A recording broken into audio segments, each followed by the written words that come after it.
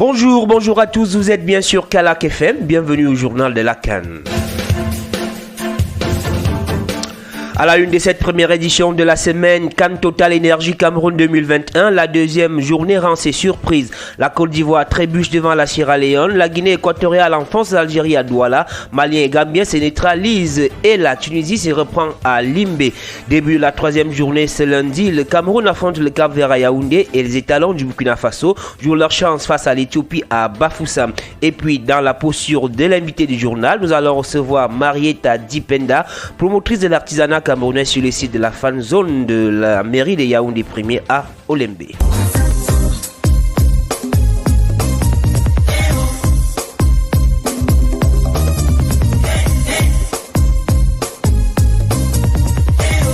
La deuxième journée de la phase de groupe de la CAN Total Énergie Cameroun 2021 a été bouclée hier avec bien de surprises. 4 matchs étaient prévus à Douala et Limbé. Dans le groupe F à Limbé, la Gambie et le Mali ont fait match nul, un but partout. Après avoir ouvert le score sur penalty à la 79e minute par Ibrahima Koné, les Maliens se sont fait rattraper à la 90e minute par la Gambie sur un but de Moussa Baro qui à son tour a réussi à tromper Ibrahim Monkoro sur penalty. Pas facile pour les aigles qui ne font pas la fine bouche après le match nul obtenu.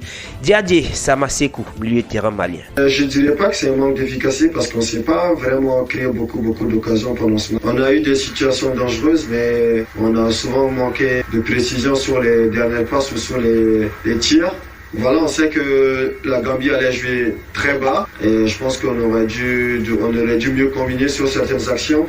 C'était un match difficile pour nous et on est content du point parce que vu la physionomie du match en première période, on aurait pu encaisser un but. Je pense qu'il voulait apporter un peu plus de fraîcheur et on a bien vu que les deux sont sortis sur blessure les derniers matchs. Et le coach nous avait bien dit que cette équipe allait jouer un bloc bas. Il fallait essayer de contourner le bloc, passer sur les côtés et voilà, aujourd'hui ça n'a pas marché.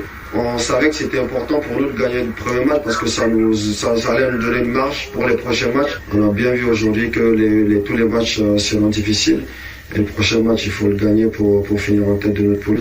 Dans l'autre match du groupe, la Tunisie s'est relancée en battant la Mauritanie 4-0, un doublé de Kazri Ouabi au 9e et 64e minute et puis 2 autres buts de Hamza Matlouti à la 4e minute et Saïfeddine Djaziri à la 66e ont définitivement enfoncé la Mauritanie. Les Aigles de Carthage se repositionnent 3e du groupe avec 3 points derrière Gambiens et Maliens, 4 points chacun. La Mauritanie pour l'instant n'a marqué aucun point. Dans le groupe E à Douala, soirée difficile pour les favoris. La Côte d'Ivoire a été accrochée par la Sierra Leone, 2 buts partout. Les Ivoiriens qui avaient à cœur de confirmer par une deuxième victoire ont ouvert le score à la 25e minute par Sébastien Haller, bien servi par Wilfried Zaha. Ont dominé la partie avant de se faire reprendre par l'égalisation de Moussa Camara sur une magnifique frappe de l'extérieur du pied à la 55e minute. Nicolas Pepe redonne l'avantage aux éléphants 10 minutes plus tard et l'on voit se dessiner la victoire ivoirienne seulement aux ultimes moments du temps additionnel. Une faute de main de Badra Sangaré, le portier ivoirien, offre la balle d'égalisation à Lisa Aladji Camara sur une remise de Stephen Colker, réussi à égaliser pour la Sierra Leone, 2 buts partout. Frustration et déception dans le camp ivoirien. Côté Sierra Leone, un homme a encore fait parler de lui, c'est bien le gardien de but Mohamed Camara, auteur d'un match époustouflant. Le portier de East End Lion a repoussé le penalty de Franck Kessié à la 12e minute de jeu. Dans l'autre match, la Guinée équatoriale a brûlé la politesse aux champions d'Afrique en titre. Le Nzalan national a battu les Fennecs d'Algérie 1-0. But inscrit par Esteban Obiang à la 70e minute de jeu. Les Poulains d'Obiang Bikoro ont enfoncé l'Algérie et se sont donné les moyens d'espérer une qualification dans le groupe. Tristesse et désolation dans les rangs des Fennecs. Écoutons cette réaction du sélectionneur Jamel Belmadi. On est dans le dur, on est dans la difficulté, la grosse difficulté. Après très grosse période, je vais dire ça grossièrement, de vache pleine, si je peux l'exprimer ainsi. On est dans une période vache maigre, pas rentrer. Donc après, à pousser. Après, si on regarde sur les 10 dernières minutes, effectivement, cette équipe qui était venue défendre avec beaucoup d'envie, de détermination, dépassement de soi sur les 10 dernières minutes après un but. Et ben voilà, il s'avère qu'il joue sur 2-3 situations comme le Brésil. Mais ça c'est anecdotique pour moi. L'ensemble du match montre à quel point notre équipe, portée vers l'avant, a cette envie de marquer encore plus. Un match nul aujourd'hui aurait été encore un échec. Donc victoire à tout prix fait que voilà, on prend tous les risques. Mais ça ne veut pas rentrer. Donc appelez ça comme vous voulez, de la malchance, de la maladresse, tout ce que vous voulez, tout ce qui existe au football. Mais en tout cas voilà, situation. Voilà, Djamel Belmadi, sélectionneur des Fennecs d'Algérie. L'Algérie qui va davantage prendre des risques et jouer sous pression jusqu'à la fin de cette première phase. Point dans le groupe premier, Côte d'Ivoire 4 points, deuxième Guinée équatoriale 3 points, troisième Sierra Leone 2 points et puis quatrième Algérie 1 point. Intéressante troisième journée dans le groupe jeudi prochain avec un brûlant Côte d'Ivoire-Algérie et l'autre duel du groupe entre la Sierra Leone et la Guinée équatoriale. La troisième journée débute ce lundi. 2 matchs seulement sont programmés dans le groupe A. Les Lions indomptables du Cameroun accueillent les Requins bleus du Cap-Vert au stade d'Olembe à Yaoundé. Les Camerounais déjà qualifiés jouent la première place du groupe, mais en face il y aura un adversaire qui leur a toujours posé beaucoup de difficultés et qui leur y a encore une possibilité de qualification. Réaction d'avant-match, Faye Collins, défenseur des Lions indomptables. We have a competitive team. We want to win every game. We want to improve every game. So the atmosphere is a positive one. We are not only thinking about us. We want to give the joy that we've been giving to Cameroonians. We want to continue with the same. It's not difficult because everybody wants to play. Everybody wants to show what he's capable of doing. We know we have qualified, but we need to continue winning. We need to continue building our confidence. We need to continue learning. We've made a lot of mistakes in the past 2 games. We want to correct these mistakes and be looking forward to the 8th final. So we are not having in mind that we have qualified. We want to win. We want to improve. I think it's another challenge for if the coach has to make some changes. Everybody wants to show something. Everybody wants to contribute. So we stay on a positive lane. Voilà, le Cameroun qui veut gagner chaque match et aura forcément besoin de son public, de ses supporters au stade cet après-midi. Écoutez ce que dit Faye Collins cette fois, il parle français. De quitter d'Olté pour arriver ici au stade, on les voit, on les sent et sur le terrain. Et ce n'est pas toujours plein, mais on sait qu'ils ont derrière nous. Le 12e homme, ils sont très importants pour nous. Voilà, la seule chose, c'est de leur demander de venir nous supporter physiquement. Comme ça, on sent plus leur présence et essayer de donner aussi le maximum de nous. Comme ça, ils ont fiers de nous aussi. On espère bien que le stade de Lembe fera donc le plein d'œuvre, du moins à la proportion de la jauge autorisée par la Confédération africaine, c'est-à-dire 80% des 60 000 places assises. Rappel pour les matchs d'aujourd'hui, 17h Cameroun Cap-Vert au stade de Lembe. À la même heure, le Burkina Faso et l'Éthiopie jouent à Bafoussam. Demain, 3e journée dans le groupe B. 4 matchs sont au programme à Bafoussam, Malawi, Sénégal, au stade Omnisport Amadou Ahidjo de Yaoundé. Zimbabwe, Guinée, c'est à 17h. Pour le groupe B, à 20h vont se disputer les matchs du groupe C. Gabon, Maroc, c'est la finale du groupe au stade Omnisport Amadou Ahidjo de Yaoundé. Et puis Ghana, Comores au stade Omnisport Rumde Adjia de Garoua.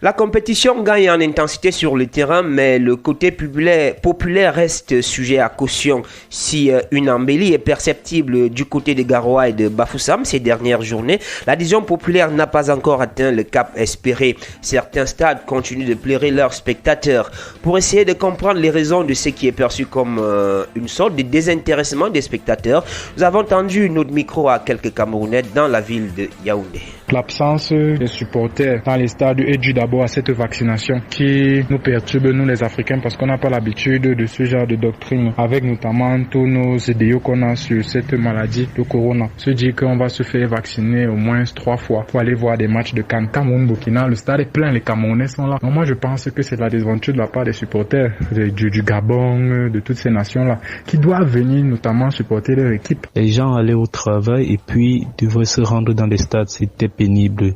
Il y a aussi que l'argent n'est pas facile.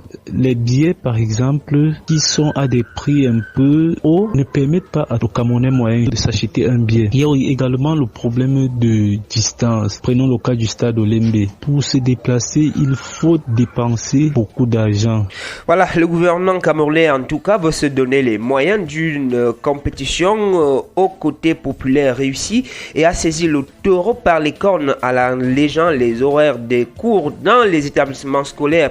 Une mesure diversement appréciée, comme le témoigne ce reportage de Serge Iyel à Bafoussam. Sur très haute instruction de Monsieur le Président de la République, le Premier ministre chef du gouvernement informe la communauté nationale que pendant les jours de tenue des rencontres de la Cannes Total Énergie 2021, les activités scolaires et académiques se tiendront de 7h30 à 13h et les activités professionnelles s'étaleront de 7h30 à 14h. Une mesure qui n'est pas appréciée par plusieurs personnes dans la région de l'Ouest. Ça nous fait rigoler parce que on se dit déjà que le Covid a eu un impact assez sérieux sur la programmation des cours. Les enseignants ont marché et sont pleins de cette situation. Du double travail qui leur est imposé du fait de la répartition des cours à mi-temps. Alors la CAN ne peut pas venir surenchérir dessus pour imposer maintenant ce même traitement. Et là, ce qu'on voit, parce que le système de rotation, vous savez que ceux qui sont de matin cette semaine, soit de midi la semaine qui suit. Question de gérer le Covid. Maintenant, on est en train de dire aux enfants, sur un mois, vous irez en cours 2 semaines. On comprend l'envie des autorités, mais je pense que cette décision, elle est mal apprise. Pour cette personne qui a bien voulu garder l'anonymat, des stratégies pour remplir les stades auraient dû être trouvées avant le début de la compétition. On aurait dû trouver des stratégies bien avant qu'on ne constate ça, parce que c'est une analyse qu'on fait, ce sont des faits. On ne tire pas des décisions sur des conséquences. Non. On fait une analyse bien avant. On n'a plus habitué les Camerounais à aller au stade, c'est un fait. Cyril, qui a été surpris par cette décision qu'il ne trouve pas bonne, propose une autre solution car pour lui, cette mesure aura des retombées néfastes. Pas très bien accueilli. On a les fan zones. On peut à un moment donné fermer ces fan zones-là. On peut simplement rediriger ce nombre de personnes vers les stades. Les enfants qui se retrouvent en classe d'examen vont accuser un retard criard parce que rien n'a été préparé à l'avance. Des enfants qui, très souvent, après les cours, vont se retrouver peut-être à des endroits non indiqués parce que les parents n'auront pas le contrôle. Ça, c'est autant de choses. Pour rappel, ces mesures avaient déjà été prises vendredi dernier dans la région de l'Ouest afin de permettre aux populations de la région du Soleil couchant de prendre une part active à la 33e édition de la Coupe d'Afrique des Nations de football. Une mesure du gouvernement camerounais qui touche aussi aux horaires des services dans les administrations publiques. Henri Baïha Dikoum a recueilli les avis des Camerounais dans la ville de Yaoundé. Le programme a été créé, contracté à cause d'avoir des mesures sanitaires. Certains enfants vont le matin et rentrent à midi et donc le relais à midi pour rentrer. C'est maintenant encore diminué. Le peu de temps qu'ils avaient, je pense que c'est quand même c'est surprenant. Ça permet aussi que les enfants ne soient pas troublés, qu'ils sont en classe et ils veulent aller voir les matchs. Et même les maîtresses et les professeurs. Pour moi, c'est une bonne idée parce que ça va permettre à tout le monde de pouvoir aller supporter les Lions. Ça ne donne pas aussi le toupet aux enfants de rentrer et ne pas étudier le soir. Qui perturbe le fonctionnement des établissements scolaires, qui ont un programme d'études et qui perturbe aussi le travail du personnel de l'administration. Parce qu'en travaillant, il y a un gain. Et ce sont des mesures même qui bloquent même la liberté. On oblige les gens à aller au stade. Pourquoi? Ceux qui veulent aller voir les matchs sont libres d'aller voir les matchs. Ceux qui veulent aller travailler, aller à l'école, qu'ils le fassent. C'est pourquoi on soutient notre pays, le pays organisateur. Et c'est la première fois aussi en 50 ans qu'on organise un truc comme ça. Il est inadmissible qu'on organise un tel tournoi dans notre pays et les gens sont bloqués dans les bureaux parce qu'ils ne peuvent pas aller au stade. Dans les fan zones, en tout cas, l'activité est forte. Justine occupe un stand sur le site de la fan zone de la mairie de Yaoundé 1er, non loin du stade d'Olembe. Petite visite guidée.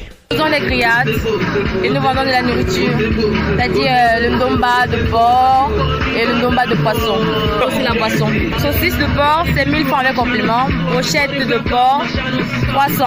Brochette de bœuf, 200 francs. Le porc braisé, les prix vont de 500 à 2000 francs.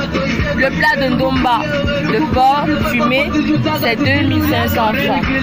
Le plat de poisson avec riz, c'est 1000 francs. La poisson, c'est 1000 francs. Jus 800. Je dis vrai, non. Elle est morte de la foire. Vraiment morte. Parce que quand j'appelle même mes contacts, ils sont au courant qu'il y a une activité vers Olembe. Ça veut dire qu'il y a eu un problème de pub, donc de communication. J'ai vraiment peur. Extrêmement peur même, je dirais.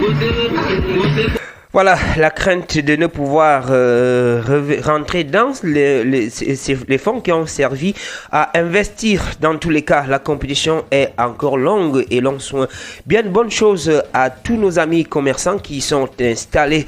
Dernière halte de cette édition du journal de la CAN, nous recevons dans la posture de l'invité du journal Marietta Dipende. Elle est promotrice de l'artisanat camerounais sur le site de la fan zone de la mairie de Yaoundé 1er à Olembe. C'est l'invité du journal.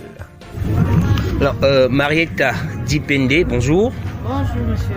Alors, vous avez un stand sur le site de la fan zone de la mairie de Yaoundé 1er. Dites-nous déjà comment se passe le processus pour que vous puissiez avoir un espace.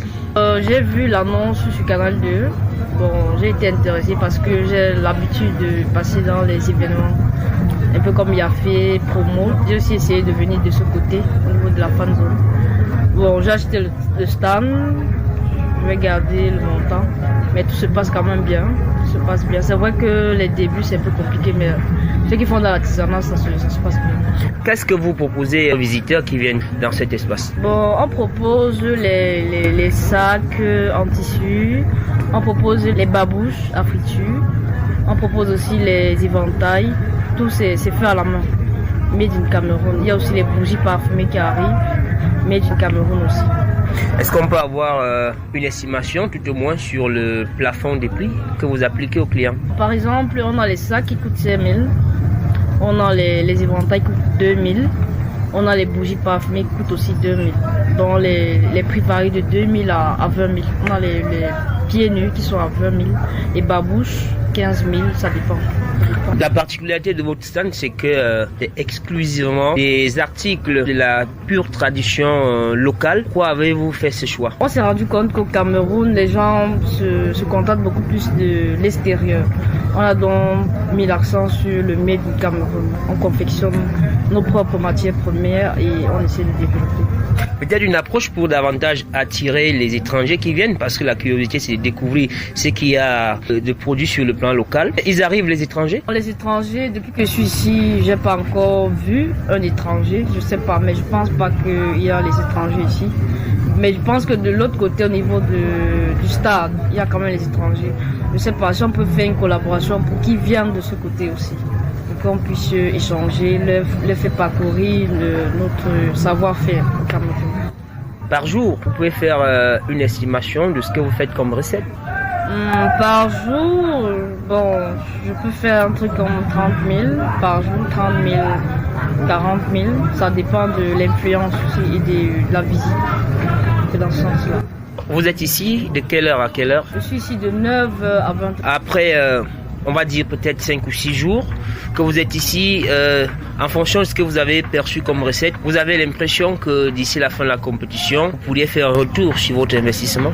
Bien sûr, j'ai foi parce que c'est vrai que ce sont les débuts, je répète, ce sont les débuts, mais avec l'influence. Et j'aimerais aussi que les volontaires, je sais pas, ou alors la CAF essaie un peu de nous soutenir sur ce sens-là, en apportant certains visiteurs de ce côté, au niveau de la fan zone, pour que nous puissions aussi élever le chiffre d'affaires, un peu dans ce sens. Vous n'avez pas de difficultés, les gens ne viennent pas vous déranger ici? Déranger, non, parce qu'il y a la sécurité, nous sommes déjà bien encadrés, il y a la sécurité, tout se passe bien. C'est vrai que, bon, il y a certains stands qui ne sont pas encore occupés, mais avec le temps, ça va aller. Entre les jours de match, est-ce qu'il y a une différence au niveau de l'affluence? Oui, il y a une très grande différence parce que quand les matchs du Cameroun se jouent, il y a beaucoup de personnes qui sont intéressées parce que déjà c'est le pays qui est en jeu et il y a plus d'influence. Bon, ceux qui font dans la restauration, ils gagnent un peu d'argent. Nous qui faisons aussi dans l'artisanat, on gagne. Mais ceux qui font dans la cosmétique et autres, ils sont un peu délaissés. Quelles sont vos attentes par rapport à cette compétition qui se joue au Cameroun? Mes attentes, c'est que j'aimerais que tous les pays qui sont actuellement, parce que je pense que c'est 24 pays, j'aimerais qu'ils viennent ici voir ce qu'on fait au Cameroun. Ils essaient un peu de voir qu'est-ce qu'on fabrique, qu'est-ce qu'on fait, ils s'intéressent un peu et aussi ils partent avec les souvenirs du made du Cameroun. C'est un peu mes attentes. Voilà, Marietta Dipende, promotrice du Made in Cameroun pour la CAN, c'était l'invité du journal. C'était tout pour ce matin. Michel Essomba a assuré la partie technique. Achille Foumena, c'est moi. Retrouvons-nous demain dès 7h pour une autre édition du journal de la CAN sur Kalak FM.